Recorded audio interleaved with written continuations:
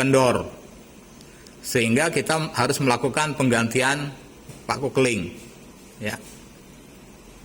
Maka alat-alat yang dipakai kalau kita mau menggunakan pakai wilayahnya itu memungkinkan untuk membawa mesin rodot ke lapangan, ya kita harus membawa mesin rodotnya, ya.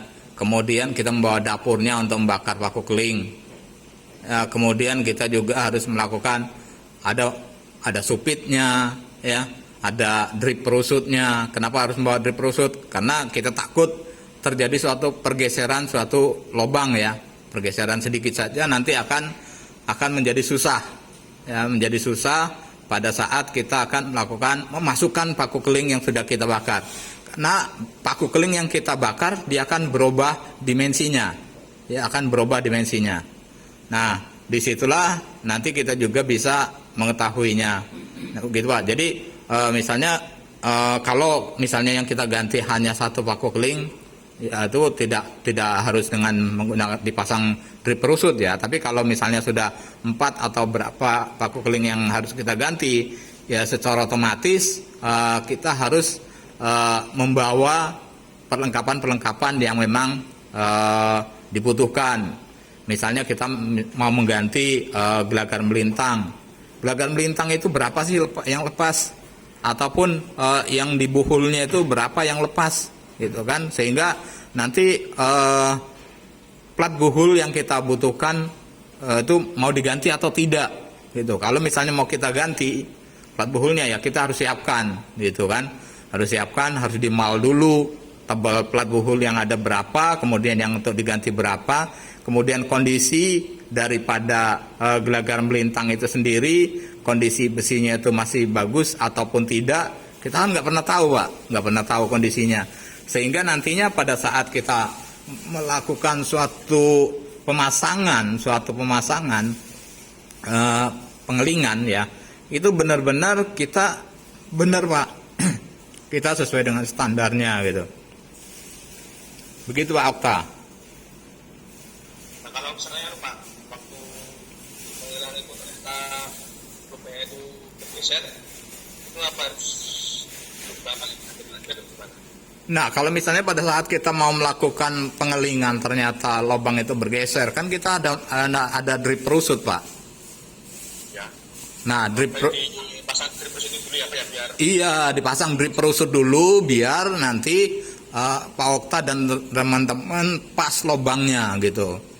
Ya secara otomatis Pak, kalau misalnya kita mengganti satu buhul itu ya kita harus membuat satu buhul yang kita ganti lubangnya misalnya 6 ataupun 8, ya, 8 lubang keling. Ya secara otomatis kita harus menggunakan drip perusut Pak, drip perusut sebagai pengunci. Nanti ada titik-titik tertentu yang disilang-silang, sehingga nanti kita masukkan yang disilang itu sebagai tempat drip perusut untuk mengunci supaya dimensi daripada lubang itu tidak bergeser. Kemudian kita lakukan pengelingan. Nah begitu Pak. Kalau untuk mana sendiri Pak, apa itu ketika bakar PS-nya itu Pak, itu kalau udah mati itu gimana Pak? Biar tahu itu sudah siap buat pasang. Jadi kalau pada saat kita membakar PS, kita tuh kan di situ kan ada hampir mencapai titik lebur, ya, hampir mencapai titik lebur itu kan sudah berpijar, ya, sudah menyala. Nah itu kita bisa pergunakan.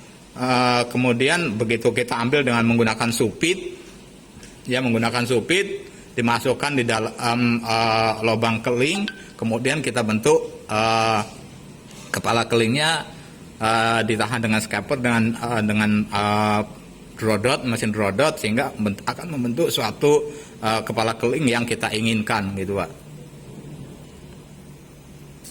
Ya, Pak. Ya, Pak. Makasih, Pak. Oke, masih ada lagi?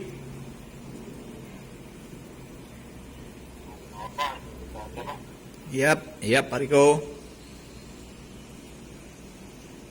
Oh iya ini Pak, fotonya tentang faktor Pak. Gimana Pak Riko? Ya mau nanya tentang takal tadi. Ah, Iya itu maksudnya takal 3 strip 3 itu kita tuh menggunakan 3 kapal yang matanya 3 atau gimana itu Pak? 3 Kan di materi itu ada tuh menggunakan kapal mata 3 strip 3 nih, seharusnya seperempat kali meter gitu. Nah, itu maksudnya kapal mata 3 strip 3 itu apa itu Pak? Maksudnya itu menggunakan 3 kapal yang matanya 3 atau satu kapal tuh gimana itu Pak? 3 bawa 3 gitu. Kita flashback dulu.